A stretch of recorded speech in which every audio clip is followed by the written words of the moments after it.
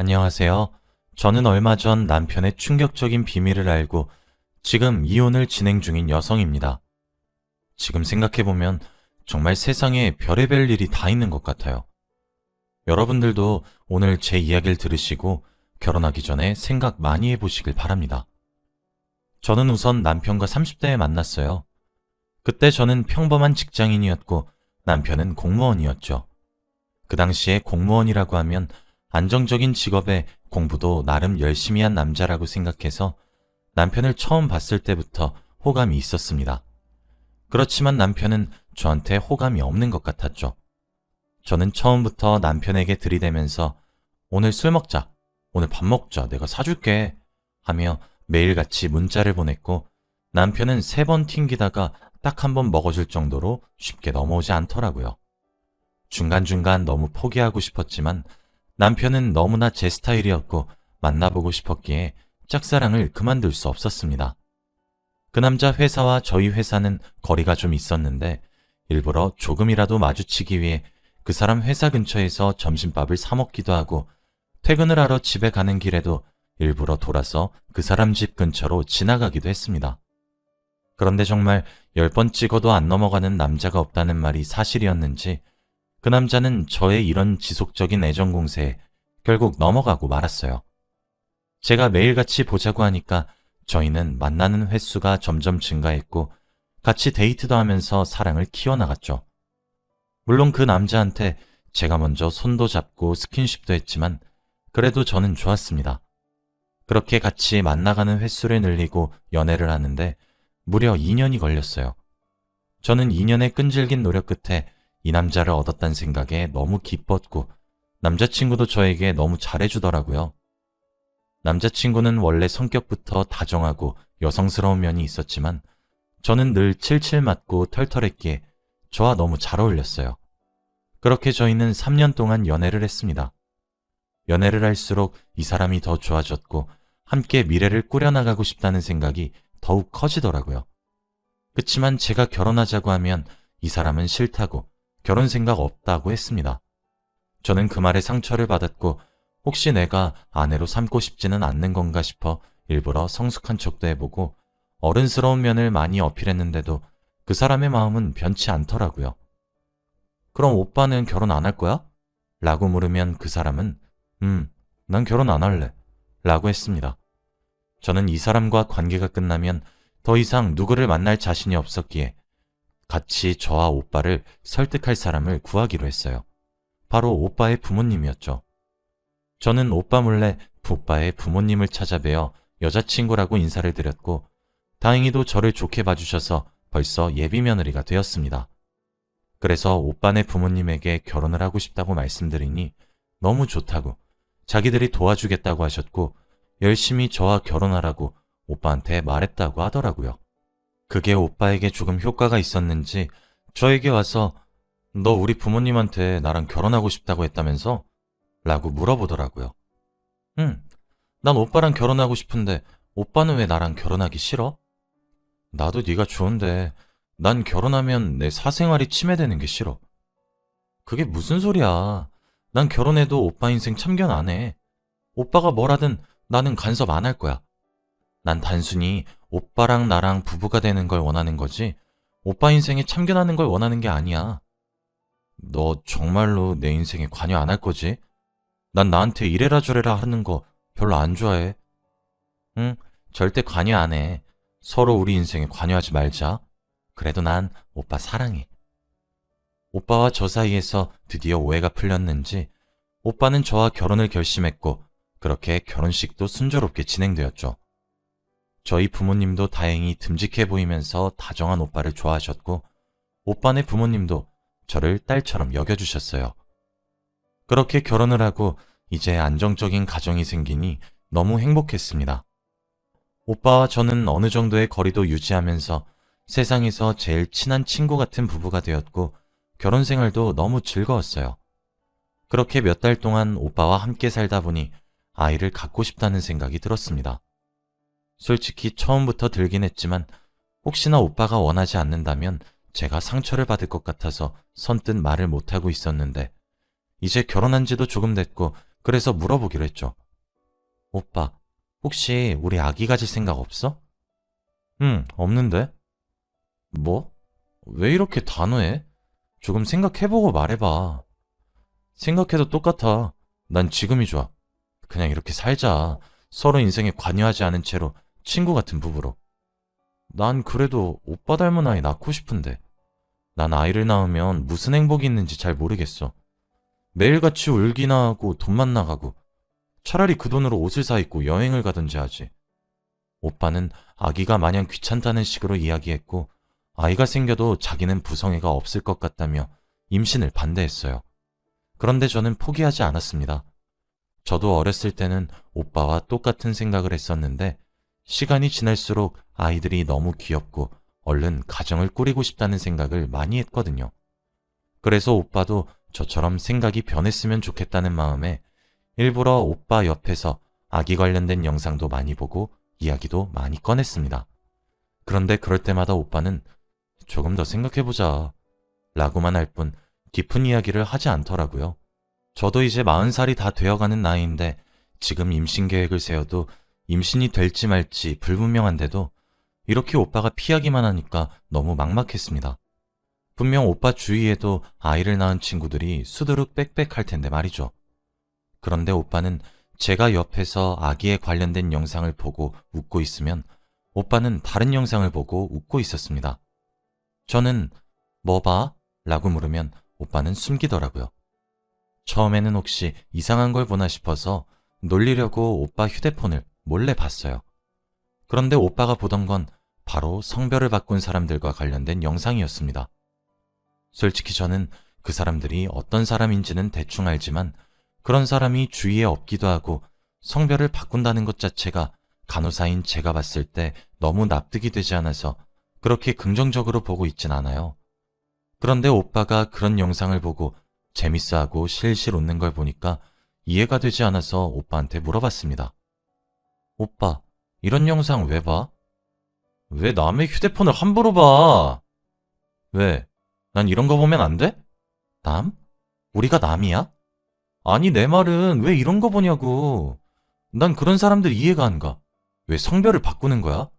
부모가 힘들게 낳아줬는데 부모랑 인연도 끊으면서까지 성별을 바꾸는 게 난 이해가 안 가. 그냥 그건 자기 욕심 아니야? 너 말이 심하다. 이 사람들도 사람이야. 난 오히려 드디어 자신의 삶을 찾아서 행복해하는 모습을 보니까 너무 부럽던데? 오빠는 갑자기 정색을 하면서 저에게 화를 내듯이 말을 하기 시작했고 그 사람들이 오히려 부럽다고 했습니다. 이런 사람들이 뭐가 부러워? 오빠처럼 그냥 태어난 본 모습 그대로 사는 게 난 더 좋은 것 같은데? 너 알지도 못하면서 그렇게 함부로 말하지 마. 오빠는 저에게 이 말을 내뱉고 방으로 들어가서 문을 쾅 닫더라고요. 도대체 저 사람들이 오빠에게 주는 행복이 뭐길래 오빠가 저렇게까지 예민하게 받아들이는지 저는 도저히 이해가 되지 않았습니다. 그리고 오빠는 그 사람들의 영상을 접하는 것으로도 모자라 그런 쪽 사람들이 모인 카페에도 가입하면서 그런 사람들의 이야기를 듣는 걸 즐거워하더라고요. 처음에는 이해가 되지 않았지만 결혼하기 전에 오빠가 이래라 저래라 하는 걸 싫어한다고 했으니 제가 할 수 있는 말은 없었습니다. 그리고 얼마 뒤 오빠가 갑자기 해외 출장을 간다고 하더라고요. 솔직히 공무원이 무슨 해외로 출장을 가냐고 거짓말하지 말라고 했습니다. 한 번도 그런 경우를 본 적이 없거든요. 그런데 오빠는 자기가 일하는 곳에서는 그렇다며 우겨대는데 솔직히 믿지 않았어요. 제가 안 된다고 해도 안 갈 사람이 아니라는 걸 저는 알고 있었기에 보내주긴 했지만 분명 거짓말이라고 생각했죠. 제가 거짓말이라고 확신할 수 있었던 이유도 출장을 몇 주 동안 갔다 오는 게 아니라 무려 몇 달 동안 갔다 온다고 했습니다. 어디로 가냐고 하니 베트남으로 간다고 하더라고요. 몸도 여리여리하고 힘도 잘 못 쓰는 오빠가 그런 곳에 가서 혹시 사기라도 당하면 어쩔까 싶어 걱정도 되긴 했지만 그래도 간다고 고집을 피우니 말릴 수 없었습니다. 오빠는 결국 베트남으로 떠났고 저는 집에 혼자 남겨졌어요. 오빠는 몇 달 동안 연락도 잘 없었고 오빠 말로는 인터넷이 안 터져서 영상통화가 잘 안 된다고 하지만 아마 거짓말인 것 같습니다. 아무튼 저는 의심을 가득 가진 채 몇 달을 보냈죠.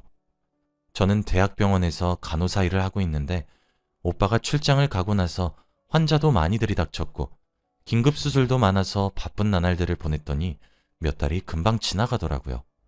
그리고 집으로 갔더니 오빠가 와 있었습니다. 저는 연락도 없이 온 오빠를 보니 너무 반가웠는데 오빠는 몇 달 전과 다르게 조금 달라져 있었어요. 왠지 모르게 여성스러워졌고 얼굴 안색이 좋아졌다고 해야 할까요? 당장이라도 언니라고 불러야 할 것 같은 모습이었습니다. 그런 거 생각할 틈도 없이 오랜만에 보니까 너무 좋았고 저는 오빠에게 오랜만에 안방으로 가자고 신호를 보냈어요. 그런데 오빠는 거절하면서 미안, 피곤해 라고 하더라고요. 솔직히 아내를 몇 달 만에 보는 남편의 반응이 이게 맞나요? 오빠가 저의 유혹을 거절하니까 자존감도 뚝 떨어지고 속상했습니다. 저는 이 사람이 정말 나 몰래 다른 여자를 만나나 싶어서 오빠가 자는 동안 오빠의 휴대폰을 보기 시작했어요. 그런데 그새 다른 비밀번호로 바꾸어 놓았더라고요.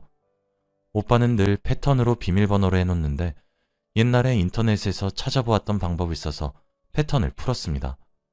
오빠 휴대폰에 들어가서 카톡을 들어가 보니 정말 모르는 사람들과 대화를 한 게 많더군요.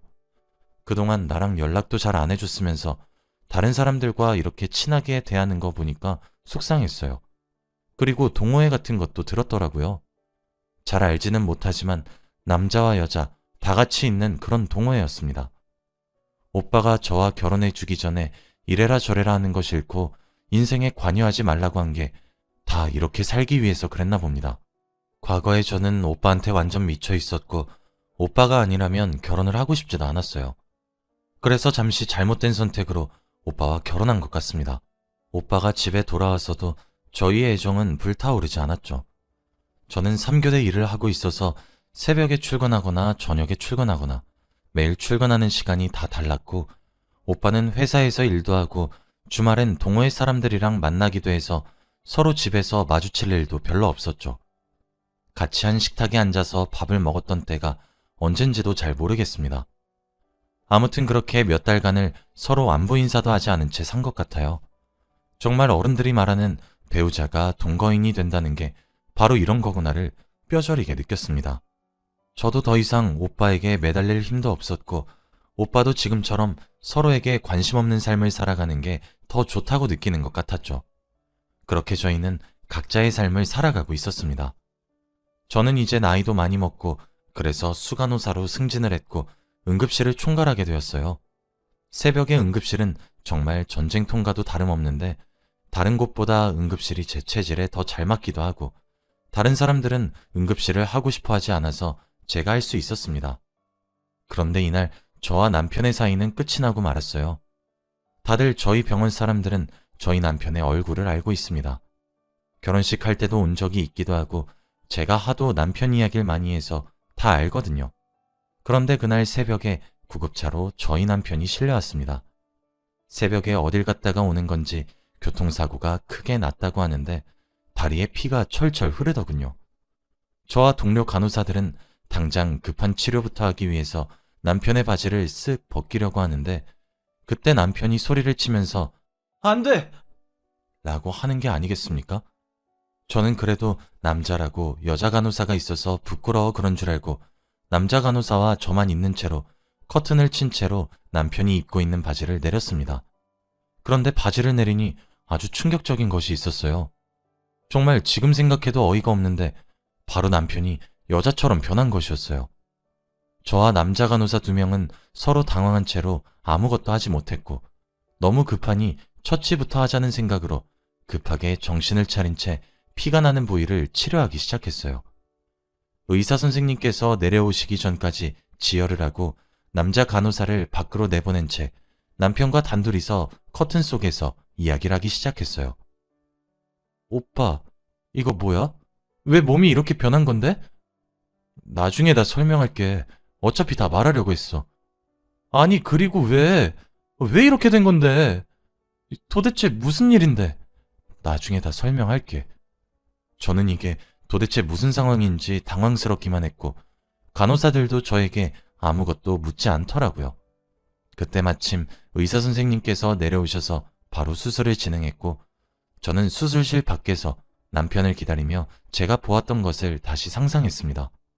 그렇지만 제 상식선으로는 도저히 이해가 되지 않았고 어떻게 된 일인지 믿기 힘들더라고요. 그렇게 몇 시간이 지나서 수술이 끝나고 의사 선생님께서 나오셨는데 표정이 좋지 않으셨습니다.